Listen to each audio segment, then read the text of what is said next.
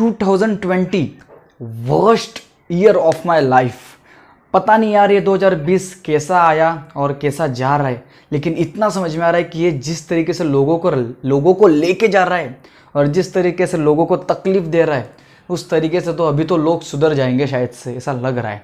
So hello guys, कैसे हो आप सभी? आगे सारे के सारे, मेरा नाम है निरंजन चौधरी और आप देख रहे हो डीएनए डेली न्यूज़ अड्डा। एंड आज एक स्पेशल चीज़ है यार, मैं हंस क्यों रहा हूँ मुझे पता नहीं, लेकिन आज जो है बहुत सीरियस न्यूज़ है। आज जितनी भी न्यूज़ है मेरे पास वो सारी इंसिडेंट से रिलेटेड है। सो वीडियो एंड तक देखना, आई होप आपको थोड़ा नॉलेज हो जाएगा और आप अप टू डेट रह पाओगे।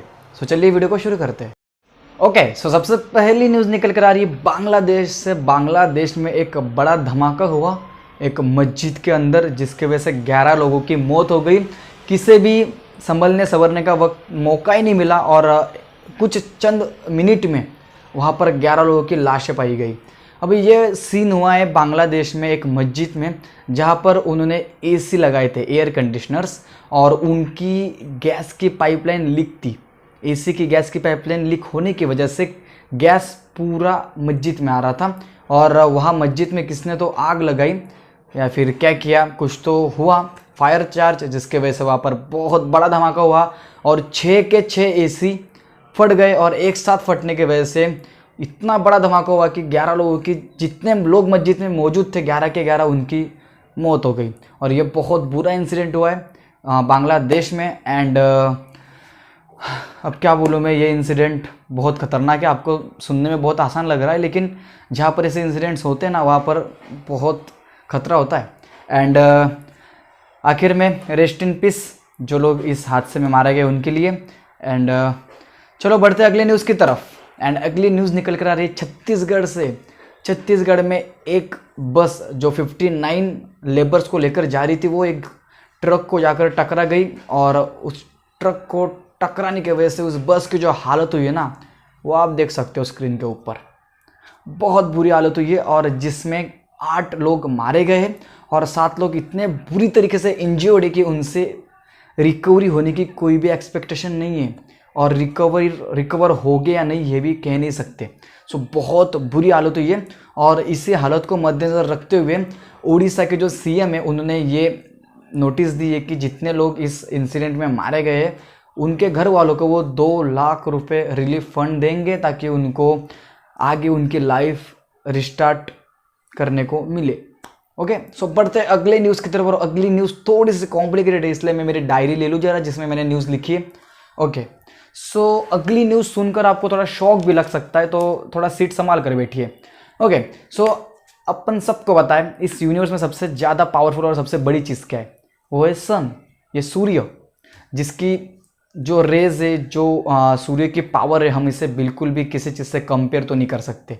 ऑलराइट, और ये सबसे बड़ी चीज़ है हमारे यूनिवर्स में, लेकिन हम गलत निकले। जी हाँ, हम गलत निकले। परसों साइंटिस्ट ने एक रिसर्च की और उसमें उन्हें ऐसा पता चला है कि ब्लैक होल एग्जिस्ट करता है। और हम इससे ऐसे मानते थे कहानियों में बस, कि हाँ यार एक ब्लैक होल है जो सी में कहीं तो अंदर छुपा हुआ है, फिर टाइटैनिक भी उस ब्लैक होल में जाकर डूब गई है, फिर ये हुआ है, फिर वो हुआ है। वो तो हम बस स्टोरियों में सुनते थे, लेकिन क्या ये चीज़ें सच में एग्जिस्ट करती है? अभी तक तो ये साइंटिस्ट को भी कंफर्म नहीं हुआ है, लेकिन साइंटिस्ट ने कुछ अपडेट्स दी है उस चीज़ के बारे में। साइंटिस्ट ने एक रिसर्च की और जिसमें उन्हें पता चला कि हमारे अर्थ के आसपास एक ऐसी चीज़ घूम रही है।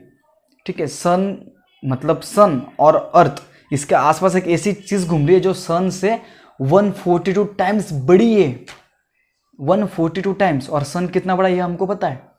सन हमारे पूरे यूनिवर्स को ले डूब सकता है, इतना बड़ा सन है, और उसके 140 टाइम्स बड़ी चीज़ कुछ तो है, वो घूम रही है। अब इसको इन साइंटिस्ट ने ब्लैक होल नाम दिया है। अब नाम ऐसा है कि गैरगैंटियन ब्लैक होल। अब ये जो डिस्कवर हुआ है इसका नाम उन्होंने गैरगैंटियन ब्लैक होल दिया है, लेकिन ये एग्जिस्ट करता है कि नहीं इसका उन्हें 100% गारंटी नहीं है। लेकिन जिस तरीके के उनके रिजल्ट्स निकले, उनको ऐसा लग रहा है कि वो एक ब्लैक होल है। और ब्लैक होल में हम क्या पढ़ते थे कि एक एनर्जी जो अपनी तरफ खींचती है। ओके, सो ऐसा कुछ तो है। अब इसमें इन्हें पता कैसे चला वो देखते हैं। एक मशीन आती है ग्रेविटेशनल वेव मेज़र करने की, जो LIGO and Virgo gravitational wave detector ऐसे कहता है उसको, लीगो एंड विर्गो। आपको स्क्रीन पर स्क्रीनशॉट शेयर कर रहा हूँ मैं, देख लो। तो इस मशीन ने डिटेक्ट किया और उन्हें बताया। तो उस मशीन में ऐसा आया कि जो वेव्स आई है, जो आंकड़ा वेव्स का आया है, वो सन के आंकड़े से 8 गुना बड़ा है। मतलब कि ये जो भी है वो पावर में भी सन से 8 गुना ज़्यादा पावरफुल है और साइज में भी सन से 142 टाइम्स बड़ा है। Isn't it shocking? आप शॉक नहीं हुए इस न्यूज़ को सुनकर? मतलब यार अब क्या होगा हमें कुछ नहीं पता। एक तो हमारे धरती पर ही इतना सारा कांड हो रहा है और अभी धरती के बाहर भी कांड होने शुरू हो गए। मतलब पूरी तरह से हमारी अच्छी खासी खातिरदारी की जा रही है, सिंपल भाषा में कहूँ तो। और अभी अगली न्यूज़ जो है वो भी बहुत खतरनाक है, आप शॉक हो सकते हो सुनकर। तो वेस्ट मुंबई साइड में सैटरडे को सुबह 6:30 AM को अर्थक्वेक के कुछ झटके महसूस हुए हैं और उन झटकों को जब गिना गया तो वो उनकी मैग्नीट्यूड थी कुछ तो है, मैंने लिखा है, 1 मिनट, आज ज़रा न्यूज़ बहुत कॉम्प्लिकेटेड आ रही तो थोड़ा मुश्किल हो रहा है। हाँ, तो वो जो है 2.7 मैग्नीट्यूड के अर्थक्वेक है और वो 5 किलोमीटर के नीचे थे। मतलब हमारी धरती है उसके 5 किलोमीटर नीचे। मतलब अर्थक्वेक के झटके भी महसूस होना शुरू हो गए। और ये सीन हुआ है नॉर्थ साइड में, sorry not west side, north side में मुंबई के सुबह 6:30 बजे। और अब मुझे नहीं पता ये क्या है, मतलब किस चीज़ की शुरुआत है नहीं, लेकिन इतना तो महसूस हो रहा है अंदर से कि कुछ तो नया होने वाला है और 2020 साल बहुत लोगों को ले डूबने वाला है। और ये लाइट किस खुशी में चली गई, देख रहे हो? अभी ये लाइट भी मेरा साथ नहीं दे रही है। हाँ, अब तुम्हें क्वालिटी बहुत भंगार देखने को मिलने वाली है, लेकिन ठीक है। अब एक लास्ट न्यूज़ है वो सुन लेते हैं। लास्ट न्यूज़ निकल कर आ रही है नागपुर साइड से। अब नागपुर में फ्लड का कितना खतरनाक माहौल चल रहा है सबको पता है, और इस चीज़ को मद्देनजर रखते हुए हमारे महाराष्ट्र के सीएम ने ये कहा है कि वो नागपुर वाले साइड में, मतलब जो फ्लड वगैरह से वो जो सिचुएशन है उसके लिए वो एक रिलीफ देने वाले 16 करोड़ का रिलीफ उन्होंने नोटिस निकाला है। वाह, देख रहे हो? अच्छी न्यूज़ देती लगी लाइट भी आ गई। हाँ, तो उन्होंने 16 करोड़ का रिलीफ रिलीज़ किया है उन लोगों के लिए नागपुर में जो फ्लड में फंसे हुए हैं, फिर जो उन लोगों को निकालने की बहुत कोशिश कर रहे हैं, हेल्प कर रहे हैं, उन लोगों के लिए उन्होंने 16 करोड़ का रिलीफ फंड निकाला है, और ताकि वो उनकी लाइफ रिस्टार्ट कर सके, एक नई ज़िंदगी जी सके। अरे यार, ये मतलब एक भी दिन हमारे इंडिया का ऐसा नहीं जाता है जिस दिन एक इंसिडेंट ना हुआ हो। सच में भाई, ये इंडिया कैसे बचेगा?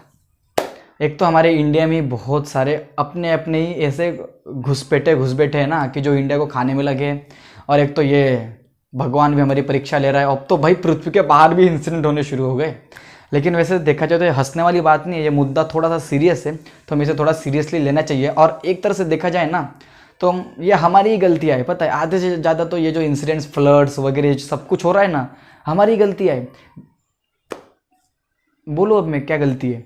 पॉल्यूशन नंबर 1 भाई। इतनी चीज़ें हैं जो मैं बोल सकता हूँ, लेकिन भाई जाने दो, हम फिर कभी इस टॉपिक को कवर करेंगे। अभी फालतू में आपका टाइम वेस्ट क्यों करूँ। एंड आज की हेडलाइन से पर ख़त्म होती है, और आखिर में मैं यही बोलूँगा कि जितने भी इंसिडेंट्स हुए अभी और जो लोग मारे गए उनको हम थोड़े 2 मिनट की शांति देते, रेस्ट इन पीस।